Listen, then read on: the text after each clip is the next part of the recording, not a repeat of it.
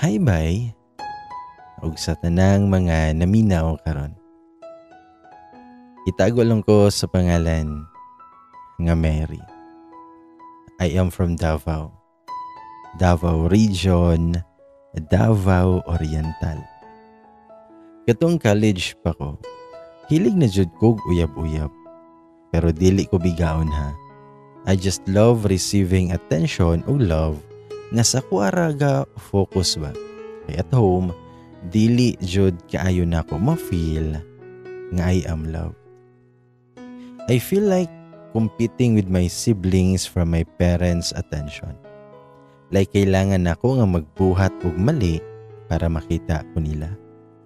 Or I need to excel in school para ma-appreciate nila.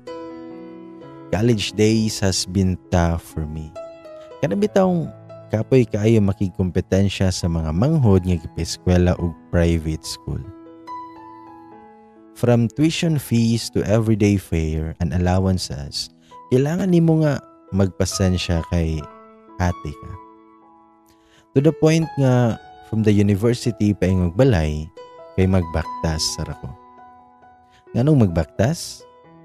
Kay ang ginahatag nilang mama sa ako 20 pesos every day. Unya ang pamasahe sa motor paingon sa school kay 20 po. So wala ko'y choice kundi magbaktas pa uli or mangutang sa akong classmate pero di na mabayaran. Bitaw. Ug bisan pa man sa ingani nga setup, nakagraduate man hinuon ko by God's grace. Ang nakapasar ko og lat. Yes, teacher ko. Pero balik ta sa uyab-uyab. Wala ko'y uyab nga magdugay jud. Lahi magud ilahang gusto sa kuha. Gusto ra nila nga manyakon ko. When I only want attention and love. So I end up breaking up with every guy I dated every time kung ingon ana nga kamanyakan lang ang habol nila sa kuha. Pagka-graduate na ako sa college, nagtrabaho ko sa usa ka training center nga diri ra pod sa Mua. Ako mga students kay halos kaedad lang nako ug napoy uban nga mas magulang pa nako. Ug hantod sa naay mga mutex nga manguyab kuno. Pero isa ra gyud ang nakakot sa kuang attention. Trainer pod si Louie sa usa ka department ani nga training center. At first, we started as colleagues. Then we became friends and feelings developed later. Og kani si Louie sa tanan ng uyab nako ug nauyab nako, siya ra jud ang nakaadtog balay og personal nga nanguyab. Ug ang giuna niya panguyab kay akong papa. So ikaw nga babae, kiligon jud kano. I don't know sa uban pero that time gikilig jud kay ko for the first time kay naay nanguyab nako in person. Naguna pa jud sa akong papa. Sa sugod ma-awkward pa ko niya kay gusto niya kong mag-back ride ko niya sa motor. Gusto niya nga mohag ko sa yaha. Unya maulaw man jud ko. Pero hantod sa naanad na food ko. Usahay dito na si Louie gatulog sa muang balay. Pero walay mahitabo ha. Wala. Mo nang na-in love jud kong Louie kay dili jud ko niya ginamanyak. Yes po, opo, dalagang Filipina. Napagani usahay nga dito ko makatulog sila ha pero wala jud something nga mahitabo. Ug hantod usa ka adlaw ana nikalit nagka-cold si Louie nako. Dili na siya mamisita sa balay. Tagdugay na siya mo reply nako. Ug dili na ko niya ginasundo. Mao tong gi-invade nako iyahang privacy. Nakig-swap kog cellphone niya. Ug didto na. Nakoy nabasahan nga mura jug gikomot akong heart sa kasakit. Nag-text day sila sa iyahang ex. Ug murag nagbalik sila. Nakabasa kog text nga ni ana ang girl nga lami kaayo ka gabi. Thank you sa time. 7:89. Wala ko kabaloon sa akong dapat buhaton. Pero I tried to compose myself and ask him kung unsay naa nila. Ana siya nga nagbalik daw sila. I asked why. Yan tubag. Kita? Wala pa may nahitabo sa tuwa. Pero sa mua kay naana. Maong siya ang ako ang pilion. Wow. Sakita oy. Pero sa akong kabuang ako siyang giingnan. Bahalag magbalik mo. Basta dili ta magbulag. And tears fell from my eyes. Gihag jud nako siya maayo. Ug hantod na abot sa point nga I was begging real hard nga unta dili lang may magbulag. Nidagan ang pila ka months ngayong ato nga mo ang setup. Pero na-aside time nga mas dako na siya og time sa kuha kaysa sa iyang ex nga gibalikan niya. Murag okay na mi. Happy na ko. Antod sa gichat ko sa iyang ex. Cursing me and told me nga buntis daw siya. Og that time, sa kasakit nga ko ang gibati, wala ko ni uli sa moang balay. Neto ko sa boarding house akong mga students and there, they comforted me. Nagsigig text si Louie sa kuha kung asa ko kay magkambyo na daw mig phone. Pero wala dyan ako siya reply. Nagsige na siya tawag pero wala na ako gitubag. Anak ko isa ka student nga, miss, move on na lang miss. Ayaw na ipumugos imuhang sarili anang ingon ana nga klase nga tao. Ug didto ko nakahilak jud og maayo. Then I ask myself, kaya ba na ako? Magunsa ko kung wala na siya. Ug nihilak og maayo nga naghubag na jud akong mata sa sige ginilak. Pero natingala ko kay naay motor nga nihunong at tubangan sa boarding house ako mga students. Ingon ang isa ka student nga, Miss, si Sir Louie. Trapuhi imuhang luha. Dali-dali po tawon kog trapos sa akong luha pero useless kaayo. Kinagubag naman ng ako ang mata. Abi na kog munaog siya sa iyang motor. Pero ako day iyang gipaadto kay paulion ako niya. Magbaktas raunta ako atubay. Pero nitaas iyang boses so wala ko'y choice kundi musakay sa iyang motor. Pag uli og balay, wala na siya ni sulod og igo ra jud ko niya gihatod. So dito pa lang naisip na nako nga wala na jud. Idi okay, dili nako mamugos. Wala may nawala sad nako. Bless kang mama, bless kang papa. Ug nangutana si papa nga wala man ligito ning naog si Louie. Akong tubag, bulag naman mi. Ug naanay gipang istorya silang mama ug papa sa kuha. Ug ang usa sa ingon ni mama kay anak man jud siguro na naman jud mga tao nga igo ra mo agi sa tuang kinabuhi. Og diri nasad ko nga perting hilak nako. Nisulod ko kwarto og nihagulgol og hilak jud. Sakit jud kayo pay. Naguna-huna jud ko ato nga magmadari na lang jud ko. Pero anyway mao man sa diunta niya akong pinakagusto since bata pa ko. Sa motong dugay kay ko nga naka-move on jud ato bay. Nakoy mga nauyab pero walay magdugay kay I was looking for someone like Louie jud. The way siya mag-care nako, the way siya mo respect sa akong parents ug sa akong siblings, the way ko niya i-love bay. Walay bisan kinsa nga makalabaw that time. Niagi pa ang 2 years bago ko nakaingon sa akong sarili nga tama na. Maybe dili yun siya ang para sa kuha. O hantod sa milabay ang panahon. Isa ko sa mga lucky young leaders nga nakaadtog Italy kay ika-200 nga birthday ni Saint John Bosco. 22 days mi sa Europe. Og that time, nakoy uyab pero gibulagan ko niya kay ana siya maghinay-hinay na kog move on. Huy, sana all. Maghinay-hinay og move on. So niuli og pinas ato nga broken-hearted na pud ko. O kani nga time, murag na immune na kaayo kog break up bay.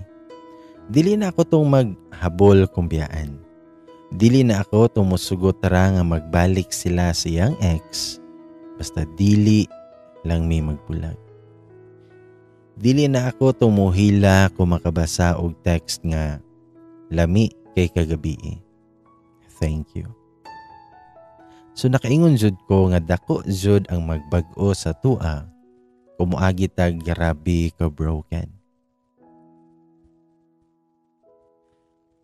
Then one time ana, nakoy friend nga gipangayuan ako ka textmate. Ang gihatag niya sa kuha kay younger na ako og 8 years. Ug usa siya ka college student. After gila-ila, syempre we became friends. Galaag mi sa Baywalk. Ako ang gasundo niya silang balay. Hantod sa nagkauyab mi. By the way, iyang pangalan kay itago na lang nato Christian. Nagkauyab ni Christian bay after 2 months of getting to know each other. Si Christian kay same pud siya ni Louie nga nagapamisita sa kuha sa mga balay. Ginatabangan ko niya check sa mga quizzes sa akong students. Kani nga time, kay substitute teacher nako. Pero dili pa ko regular. Every Saturday, ginaubanan ko niya sa room para manglimpyo. Buotan jud kaayo sa Christian. Ug naay mga time nga maluoy jud ko niya kay wala siya ipamasahe paingon sa school. Mong ako'y naghatag niya. Usahay, ginasundo na ko siya silang balay para ihatod sa eskwelahan kay panggabii man ni si Christian. Og okay ra kaayo ang among relasyon ni Christian bay. As in wala na joy dapat ko'y laing pangitaon pa. Hulaton na lang sa jud nako nga dapat makagraduate siya college and then maybe mag-settle down na mi. Ana nga mga plans ang among ginabuild ni Christian. Perfect jud amo ang relationship. Walay isamok, walay away, ug yes. Gwapo pa jud si Christian. As in gwapo jud siya. Murag si J.M. de Guzman sa kuang pananaw. Basta kay gwapo jud si Christian. Taas og ilong, fair skin. Dili siya tangkad pero mas taas pa siya nako. Di man sad hinuon ko katangkaran. 4'9" ra jud tawon ang gikaluy-an. Bitaw. Wala man sad ko'y nauyab pod nga dili gwapo. Ako ray pangit bay. Bitaw. Ug hantod sa di jud ko kalimot ani nga time bay. Month of September sa wakas. Nakakuha na jud kog permanent nga position ba. Ug this time 2 years na lang kay mo graduate na si Christian sa college. Ug iyang birthday kay pagka November. So I was planning ang i-gift sa iyaha kay ang ako ang opportunity. Yes, bye. Andam na ko ug willing na kay ko nga magpahilabot sa iyaha. Ingon ana nako ka-love si Christian. An ingon ana jud ko ka-sure sa iyaha. But before pa ang birthday ni Christian, naay nahitabo nga nakapabag-o sa dagan sa akong life. Na-assign ko ani sa usa ka remote nga school. Bukid ug walay signal. First week pa lang sa akong duty, mura na kong mabuang kay gusto na kong tawagan si Christian pero dili na ko siya matawagan kay wala ko'y signal. Nagstay ko sa usa ka teacher's cottage. Daghan ming teachers nga nagpuyo ani nga cottage. Ug kadto pa jud nga time, kay nabadyoy mga power interruption didto nga lugar. So igang jud kaayo. Ug kay bukid man, ug naay saging ang likod sa cottage, ug naa say lamok. Ug kining ako ang kauban bay, kina siya'y kauban nga ig-agaw niya, ug ang yaba niya sa iyang room, nga siguro mga 6 by feet sa kadako nga room. So guot jud silang tulo sa kwarto. Sumotong ang iyahang ig-agaw kaysa couch na lang natulog. Naluoy ko bay. Kay gipamaak na siya lamok. So ang ako ang gibuhat bay, kay gi-open ako ang door sa kuang kwarto para ang smoke sa katol makaabot sa gawas para dili siya lamokon. Pero natingala man ko bay kay na naman ay nitapad na ko og nigakos pagkakadlawon. Og nakuratan yun kaayo ko. Pero ambot lang kay ipasagdahan na lang nako siya. Gyunahuna na lang nako nga siya si Christian. Nanguyab nako. Pero natingala man ko anak bay, kay gitouch-touch na niya nga kumpaa pasaka sa kuandughan.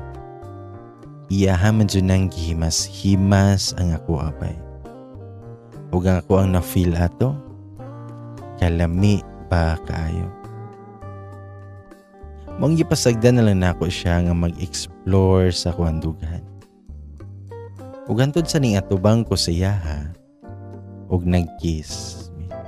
Kanang kiss bitaw bay nga lami jud kaayo hangtod sa ning baba na ang iyang kiss sa kuang neck down sa kuang dugan.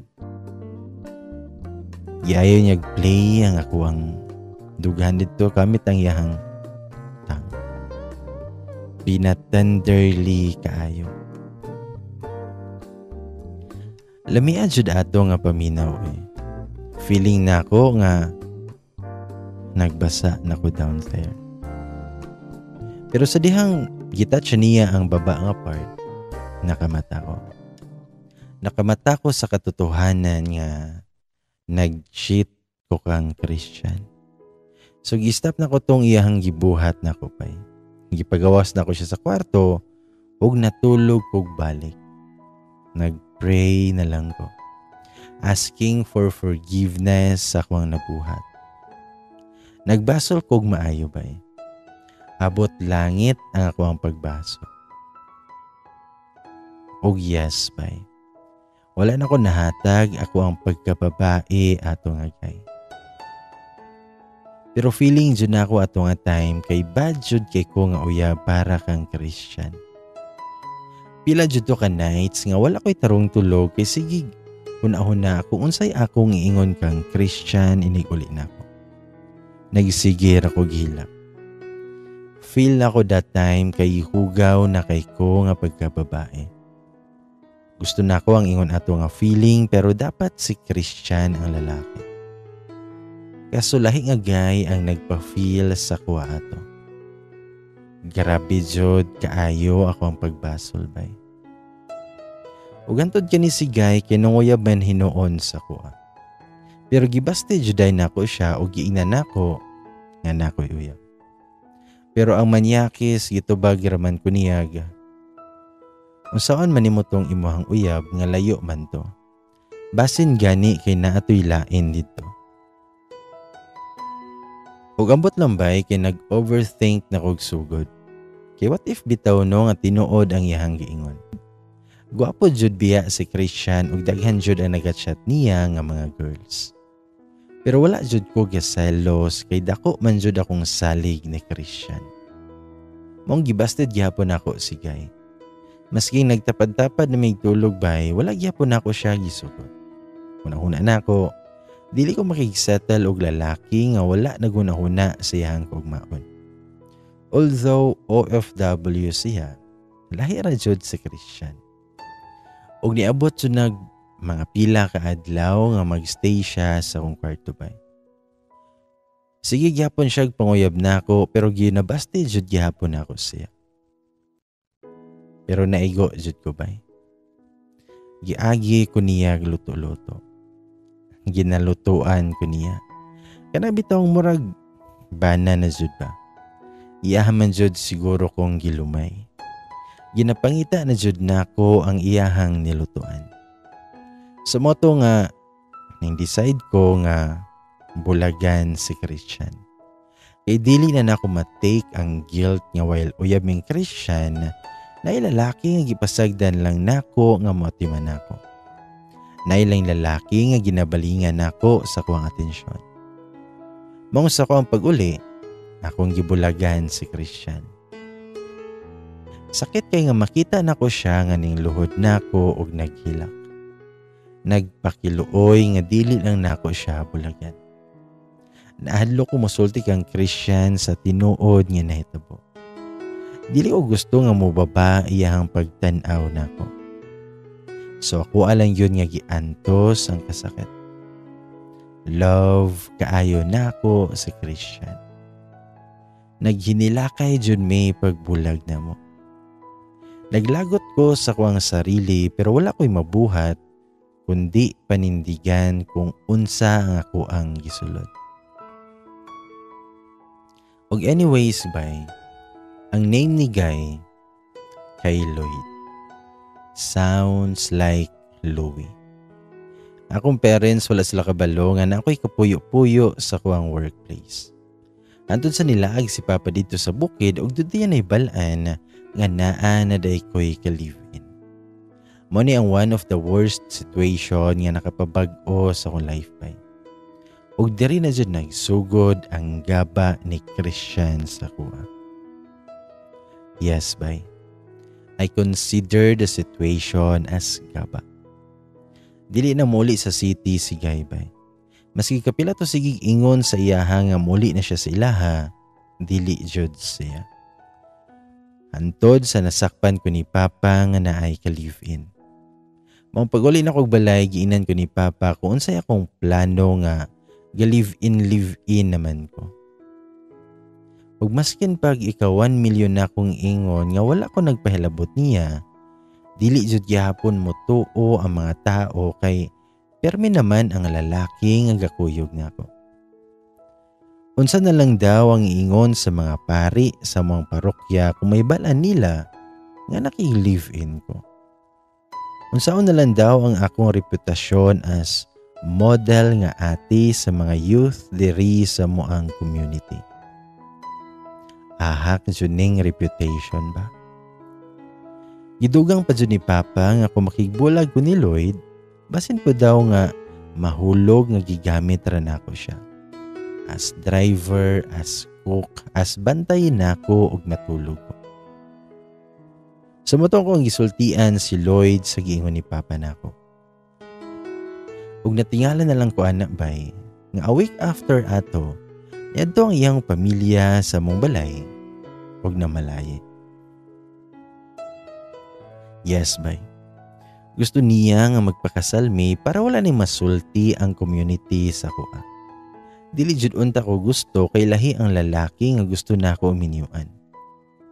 Pero ninggo ko kay nagpromise yan nako nga mobalik siya abroad para makasave siya para sa moang kasal. Pero ambot lang bay kinilabay ang pila ka bulan walay Lloyd nga nibalik og abroad. Nahurot na akong sweldo o ginasto para lang sa muan duha. Yes, bay. Ako ang nagbuhi niya. Bagag nawong di ba? Mao na ni ang gaba ni Christian.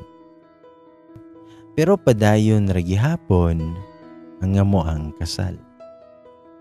Pero 3 months before sa mong kasal ana, nagsige nag-contact ang wedding coordinator sa kuha kung kanusa ba daw ko magbayad sa kong down payment. Dili na jud unta na ko idayon ang kasal bay kay dili ko gusto nga mo gasto. Pero we already inform our families, relatives, and friends about samang scheduled nga date for our wedding. Kaya nagunahuna man ligita sa reputation, nag-loan ko para sa kasal. Giprinda na ako akong ATM kay gikulangan mi sa funds. Ug ang aha kay nga lalaki kay igo ra jud ni hatag og usa ka baka nga worth 20k daw to. Og gipabuhi pa gyud sa akong papa. Kabaga jud kaayog no. Pero sa moang kasal, nakadungog kog istorya from his stepmom. Nga sige daw be. Unsa jud ni kanindot nga kasal nga halos 500,000 man jud ang gasto. Murag mag-artista kay gusto jud sa simbahan ikasal. Basta kay pagkadungog na ko ato kay nanginit ang akong tangkugo. Nakaana jud ko nga unsa day ko.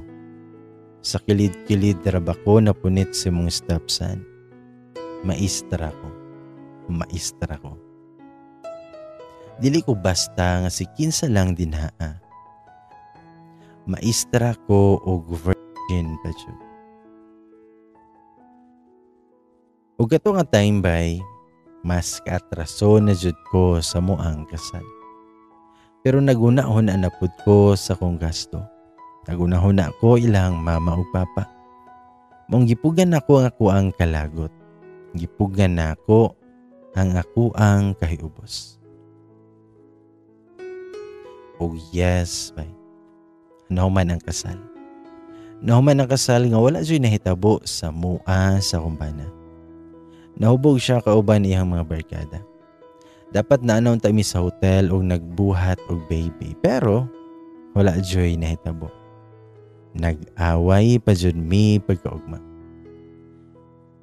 Naabot mig pila ka years bay nga puros away.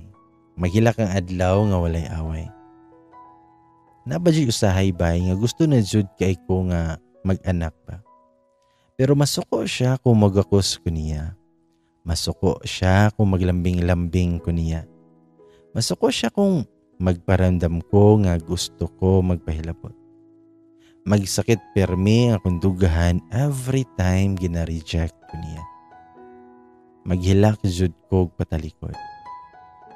Pero kung siya ang manginahanglan, magpabuhagay din siya sa iyang gibati, masiyaray malipay. Kana bang humana siya pero ako kay hanging pa. Napadyo na usahay nga mag-LL na siya sa kuwang atubangan. Igo na lang ko maingon nga kasayang ato eh. Diri pa nagipasulod sa kuha basin na apay makasurvive anak. Og yes bay.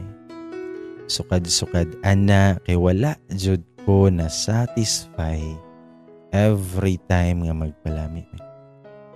Siya lang permi ang malamian. Ug hantod sa nilabay ang pila ka tuig nga naana dalan jud ko nga malamian na ana. Mao na jud siguro ni ang gaba ni Christian sa kuha. Ug kato pa yung pandemic ato kay nagpa-check up ko kay wala naman ko gidugo. Basin buntis na di ay ko. Ingani jud ko kadesperada nga makaanak na. Pero ang result kay makadepress kayo.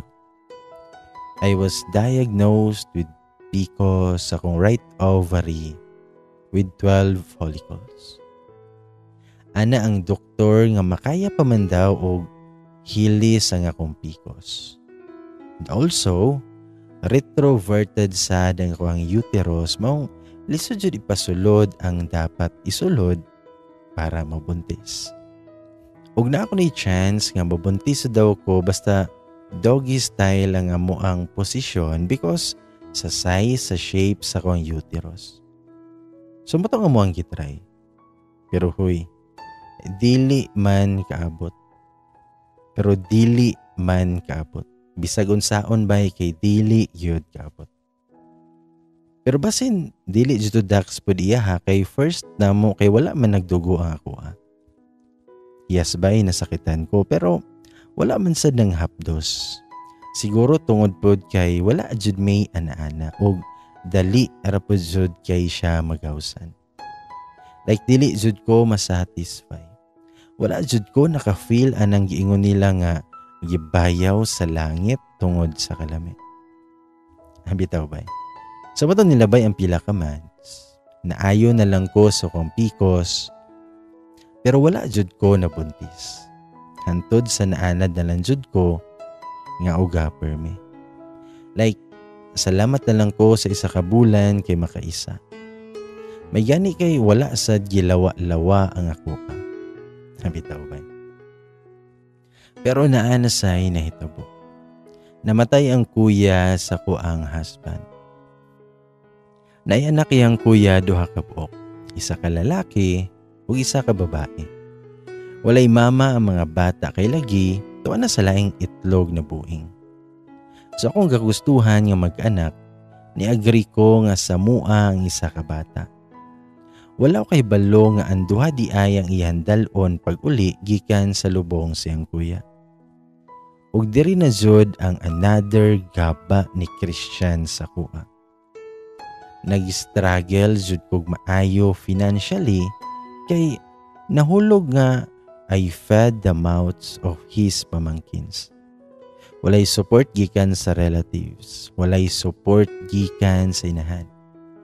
I practically raised them as my own. Financially, the struggle is real na real jud.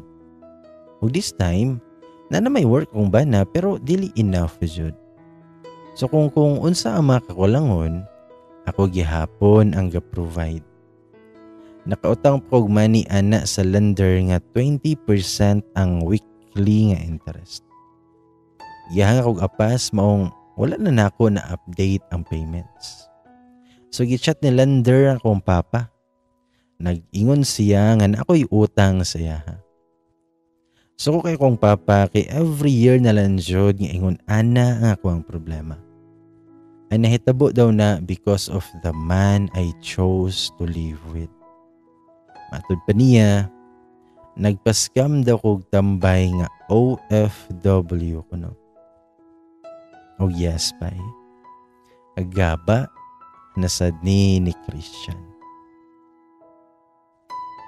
Pero niabot jud ang time anak bay nga we decided to part ways kay para makaiwas sa kasamok sa kong parents nga sa iya gibasol ang tanang kamalasan nga nahitabo sa kuha. Well, dili man jud ako makonsider nga tanak crush na kamalasan siya. Because in the first place, ako aning choice. Like I have the chance 7 years ago nga dili ipadayon ang kasal. But because nagunahon na ako unsay isipon sa uban, mo ni ang nahitabo sa kuha karon. Dapat ay ning stick na lang ko sa idea nga bahala nakagasto basta dili lang matay sa taong dili na ko gusto makauban for the rest of my life. O going back atong parting time na mo, wala jud ko nag-expect nga mo agree din akong husband sa idea nga magbulag sa amin. Siguro nag-expect ko nga moingon siya nga dili ta magbulag.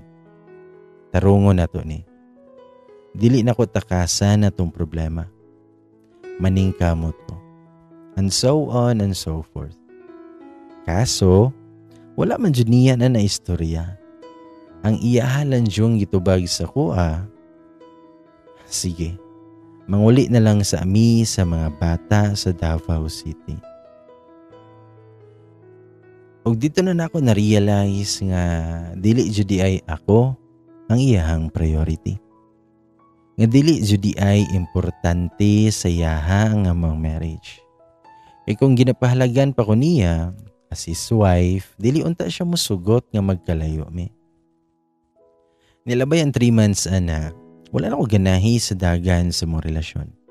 Kanabang duty ko pero tulog siya. Kanya inigtulog na ako, trabaho pod siya. Then sometimes manawag ko sa iyaha o ihatag niya sa mga bata. Pero dili man unta mga bata ang ako ang gusto makaistorya. Siya man unta. O nagsugod na nga dili na jud mi magkasinabot. ug sukad ato, dili na ko ganahan mo chat niya. Wala na jud ko nagparamdam. Gina-enjoy na lang na ako akong sarili sa akong online teacher nga part-time job. Watching Netflix, TV, mga salida, para makalimot ko sa iyaha. Pero instead nga iyaha kong suyuon, iyaman hinuon kong gidudahan nga naa na daw ko'y laing laki dere. Nga naa na daw nagpamisita dere sa kuha. Pero huy, sana all na ay mamisita. Og until one day anak bay, I woke up and decided to finally end our relationship. Wala na ko gaw-na kung unsa ang isipon sa uban. Balag isipon nga kasado mi. Ngano makibulag man ko. Wala na ko naghuna-huna na. Ang akong ginahuna is ang ako ang peace of mind. Gusto ko nga mag-focus sa akong sarili. I want to rebuild myself, refocus and relieve kung sa jud akong mga plano sa kinabuhi. Kung sa jud ang akong gusto ma-achieve. That's why, nag-enroll ko master's degree in education and hoping one day, makarecover ko sa tanang nangawala sa kuha. May it be a person, things, or my dreams. Ug last month lang bay, ako siyang gi-unblock sa FB o gi-kumusta. Pero wala yun siya ay kabaguhan. I realize nga dili na ko kaya nga musatal na sa dugtao nga sige rag processing o walay progress. And if right now you're wondering if mobalik pa ba ko sa kumbana to save our marriage, that I can't tell. Only time could. Pero, as much as possible, dili na jud unta ko gusto nga mobalik sa iya. Mahadlok na ko nga mobalik sa sitwasyon nga every year back to zero, nga nahimo na siyang cycle. Walay development ang among marriage. Kung sa business pa, ako as investor kaya wala yung ROI, wala yung return of investment nga nadawat. Murag na trauma na ko nga sige invest og time, effort, love, care, og money sa mo ang marriage, pero seems like wala na balik sa ko. Wala. Og yes bay, diri lang sa kutaman. Kaya murag taas-taas naman ning akong sugilanon dere. Salamat kaayo sa inyong time sa pagpaminaw. Maybe till the next chapter of my story. God bless ninyong tanan. Always, Mary. Our hearts beat to the city streets. We began to feel the fire. We rise like tall buildings as the chemicals they take us higher. The night's young and it's just begun as she puts her hand in mine. We wanna chase the night, wanna dance to the light, pull the stars from the sky, just two hearts running wild. Never sleep, never stop, as we shout from the top. We're gonna be two hearts running wild.